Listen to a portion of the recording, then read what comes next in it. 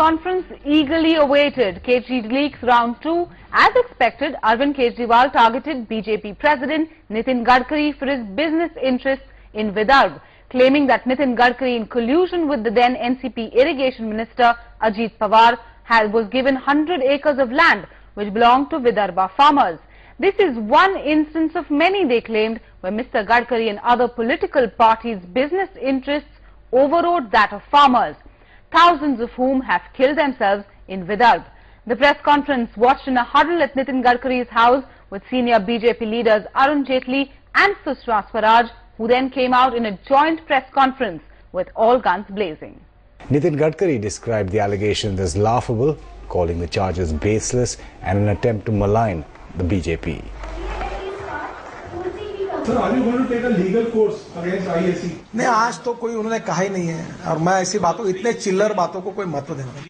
पहली चीज तो ये कि जब कांग्रेस का घोटाला निकलता है, सलमान खुर्शीद जी का घोटाला निकला, रॉबर्ट वाड्रा जी का घोटाला निकला, तो कांग्रेस वालों ने कहा कि चिल्लर है, और बीजेपी का घोटाला निकलता है तो बीजेपी वाले कहते हैं कि चिल्लर है। जब सलमान खुर्शीद जी का घोटाला निकला, उनके लिए वो चिल्लर हो सकता है, लेकिन जिस आदमी की बैसाखियां चोरी हो गई और जिस आदमी की ट्राईसाइकिल चोरी हो गई, उसके लिए वो चिल्लर नहीं है, उसके लिए वो जिंदगी मौत का सवाल है। गडकरी जी के लिए चिल्लर हो सकता है, लेकिन जिन किसानों की जमीन चली गई और जिन किसानों का सिंचाई का पानी चला गया, उनके लिए वो चिल्लर नहीं है, उनके लिए वो जिंदगी मौत का सवाल है। For the last 15 days, Arvind Kejriwal has been levelling charges against the highest and the mightiest in our country. Now the charge is against him. A person who's worked very closely with Kejriwal says Kejriwal is acting like Hitler. He's being selective in his targets. He has information against other powerful leaders which he's choosing not to reveal. Former top cop YP Singh has come out with explosive charges against Sharad Pawar, his daughter Supriya Sule, her husband, and a number of NCP leaders. YP Singh has accused Supriya Sule of making a personal profit of more than 1,000 crore rupees with a 20% share in Lavasa. Singh accused the Pawars of first breaking the rules to favor Lavasa, giving it land, and then conspiring to suppress facts about the deal. 23,000 रुपए महीने में इन्होंने 348 एकड़ जमीन, लवासा जैसी बहुमूल्य जमीन, बिना किसी पब्लिक ऑक्शन के सुप्रीम कोर्ट के ऑर्डर का खुला उल्लंघन करते हुए लेक सिटी कॉर्पोरेशन को दे दी। अजीत पवार ने अपनी चचेरी बहन को और उनके हस्बैंड को 348 एकड़ जमीन, जो कानून के हिसाब से, सुप्रीम कोर्ट के ऑर्डर के हिसाब से उसका नीलाम होना चाहिए था, मुफ्त में उन्होंने इनको इनके बिजनेस पर्पस के लिए, इनके कमर्शियल पर्पस के लिए दे दी। 2006 में सुप्रिया सुले ने 10.4% अपना शेयर, 10.4% अपने हस्बैंड का शेयर लवासा कॉर्पोरेशन को बेच दिया, और उससे 2 साल से पहले, उसके बाद एक्सिस बैंक ने इसका 10,000 करोड़ रुपए का वैल्यूएशन किया।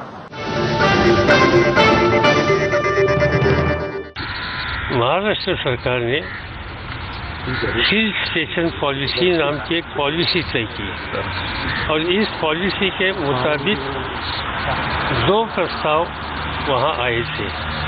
एक, शायद आपको मालूम होगा, अम्बे वैली, ये जो सहारा ग्रुप ने की है, वो हुआ है।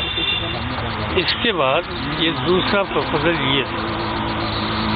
ये दूसरा प्रपोजल हिल स्टेशन पॉलिसी के मुताबिक था।